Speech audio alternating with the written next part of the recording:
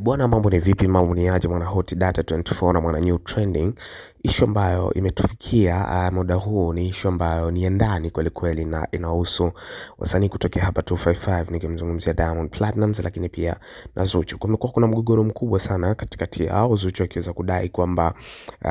Diamond Platnumz lakini pia na Wasafi nzima amekuwa akimchukia kwa asilimia kubwa sana, akiwa na chuki dhidi yake, na kitu ambacho kinamfanya endelee kubaki pale basi tu ni kwa sababu ya mkataba wake ambao aliweza kufanya, ambao huu umekuwa kimlimit hasa kwenye masuala yake ya kazi na vitu kama hivyo. So Mange Kimambi bwana ameamua kuweza kuweka wazi mkataba ambao ameweza kuingia Zuchu, ambao of course ni wa fedha nyingi sana, ambao fedha hizo bwana Diamond Platnumz ameshakula 60%, na Zuchu iliweza kuonekana message ambayo aliweza kucomment baada ya shabiki mmoja kuweza kuiandika kwenye post aliyokuwa ameweza kuipost, japokuwa aliweza kufuta, ikionekana kwamba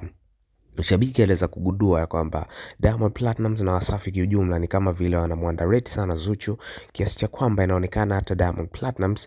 hayuko na mahusiano ya kimapenzi na Zuchu na vitu kama hivyo. So Zuchu akaja kucomment kwa kudai kwamba ameshajizoelea hali hiyo na vitu kama hivyo. So baada ya hapo za ndani bwana, sasa hivi inaonekana Zuchu bwana yuko mbioni kuweza kuvunja mkataba na WCB na kuweza kujitoa na kuweza kujitegemea ye mwenyewe kabisa, kwa sababu kubwa ni kwamba familia kiujumla ni kama vile haimpendi kwa namna moja nyingine, kuanzia mama yake mzazi wa Diamond Platnumz, wa ndugu zake nikizungumzia kina Esma Platnumz, lakini pia na wengine wengi ambao wamekuwa kizunguka katika cycle hile. Hii ni issue ambayo imeweza kuwashtua watu wengi sana, na Mange Kimambi ameweza kuiverify na kuweza kuiweka